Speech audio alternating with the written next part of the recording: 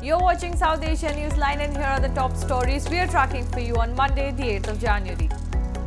India summons Maldivian envoy amid row over remarks on PM Modi. Baloch activists in US, Canada and Germany stage anti-Pakistan protest. And Bangladesh PM Hasina secures fourth straight term as expected.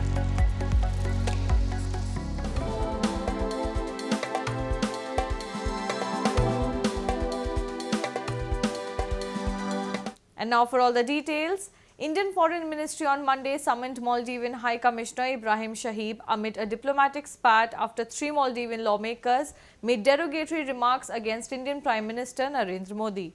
The three deputy ministers of President Muizzu's government, Malsha Sharif, Mariam Shuina and Abdullah Mahzoom Majid on social media platform made objectionable comments against PM Modi in a response to a video of him visiting the Indian islands of Lakshadweep to promote local tourism. Distancing itself from the remarks, the Maldivian government has suspended the three junior ministers and said the comment does not reflect the official position of President Muizzu's government. The remarks were also condemned by opposition leaders of Maldives, who termed the diplomatic blunder on social media as reprehensible and odious. So it's surprising for me. Why should Maldives, say something about what is going to happen in Lakshadweep and whatever our honourable Prime Minister have spoke on, futuristic scope for tourism development in Lakshadweep. I still surprised why such a comments have come from the Deputy Prime Minister and Ministers of Maldives. And India's Supreme Court on Monday quashed the early release of 11 men who had been jailed for life for gang raping a pregnant woman and murdering her relatives during the 2002 Gujarat riots. The top court directed the men to surrender to jail authorities within 2 weeks. The victim, Bilkis Bano, was 3 months pregnant when she was gang raped and 7 of her relatives, including her 3-year-old daughter, were murdered during the riots. The men, convicted in 2008, were freed by the Gujarat government in August 2022 as per a remission policy. Their release had drawn widespread condemnation. In its verdict on Monday, the apex court held that Gujarat did not have the authority to reduce the sentence since the trial had been moved to Mumbai, making neighbouring Maharashtra state responsible for the decision. Moving on, Baloch activists in the US, Canada and Germany staged demonstrations this past weekend to highlight Pakistani atrocities in Balochistan and in solidarity with sit-in protesters in Islamabad. A report. Baloch activists in Canada and the US came out in huge numbers to express solidarity with the sit-in protesters in Islamabad, who are seeking accountability in cases of enforced disappearances by the Pakistani military in Balochistan.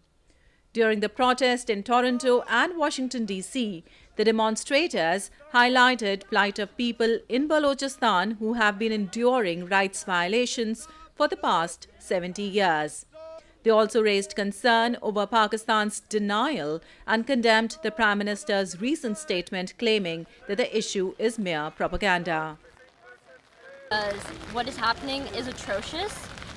It is a human rights violation and it should stop.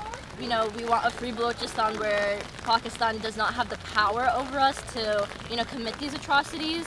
And, we're here for a free Balochistan and for an end to the genocide. A similar protest was also held by activists of the Baloch National Movement in Germany to express solidarity with sit-in protesters in Islamabad. They said Pakistani military has been directly involved in Baloch genocide and the so-called Democratic Government of Pakistan has failed to act. Our purpose is here to kill the word that there is a systematic genocide going on in Balochistan committed by the Pakistani security forces. But the entire world is unknown to this grave humanitarian crisis in Balochistan. At least 5 policemen were killed in a blast near a police vehicle in Bajaur district of Pakistan's Khyber Pakhtunkhwa on Monday. Footage released by the local rescue service on social media showed ambulances and rescue personnel outside a hospital.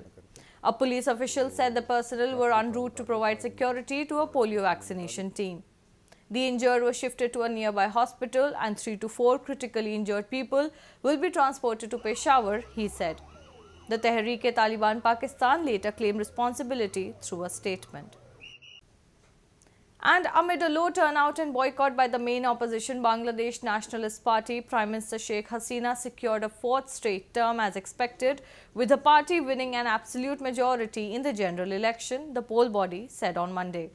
According to results announced by Election Commission till noon, Hasina's Awami League party won 167 seats out of 227 seats. Independent candidates, many of them backed by the Awami League, won 49 seats in the Sunday polls.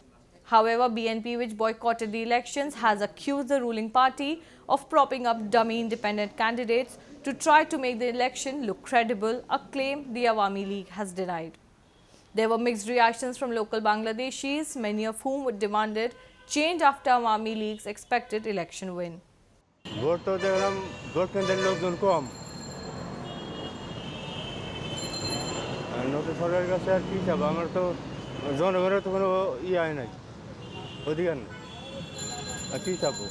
সমস্যা যেটা রয়ে গেছে, কারণ বর্তমান বাংলাদেশে young generation সংখ্যাটা অনেক বেশি। তারা মধ্যপ্রাচ্য বা বিভিন্ন দেশে চলে যাওয়ার জন্য চেষ্টা করে, কিন্তু এটা বাংলাদেশে তো আমাদের, তাহলে আমাদের যদি এই বাংলাদেশ হয় তাহলে সেটা আমাদেরকেই সেভাবে এটা গড়ে তুলতে হবে। Moving on, Sri Lankan President Ranil Wickremesinghe on Sunday expressed his desire to have land connectivity between Mannar and South India and said he had already discussed the idea to build a bridge with PM Modi. The remarks came as Wickremesinghe visited Tamil-dominated northern province. Sri Lanka last week took the first step to set up the much-delayed Commission for Truth, Unity and Reconciliation, a major demand by the Tamil community since the end of the civil war in 2009. The UN estimates in the final offensive around 40,000 Tamil civilians were killed. The commission is expected to provide people with a platform, an opportunity for truth-telling and means of effective remedies for the aggrieved. And colourful kites of different shapes and sizes dotted the skyline of India's western Ahmedabad city on Sunday as over 150 participants battled to outdo each other at the week-long International Kite Festival. Participants from more than 70 countries, including Ukraine, Denmark, France and England, among others, took part in the festival. Spectators were left spellbound by kites in shapes of a horse, monsters and cartoon characters. Kites bearing pictures of Hindu Lord Ram and the Ram Mandir in Ayodhya also grabbed eyeballs at the event. In the past, it's been really fun. I've gotten to meet like a lot of different kite flyers, also from India, which has been really interesting. And I've met a lot of like nice Indian people, and I've been welcomed here. I always feel welcomed with open arms. The festival comes ahead of the harvest festival of Makar Sankranti. People fly kites in the run-up to the festival, celebrated annually on January 14. Makar Sankranti also heralds the coming of spring. Oh, that was great. I really enjoyed to join this festival. Thank you very much Thank for you. the invitation. Thank you very much. Yeah. Nice to meet you all. Yeah, so friendly people, so many different countries here. That's great festival. That's all in tonight's edition. We will see you same time tomorrow. Good night.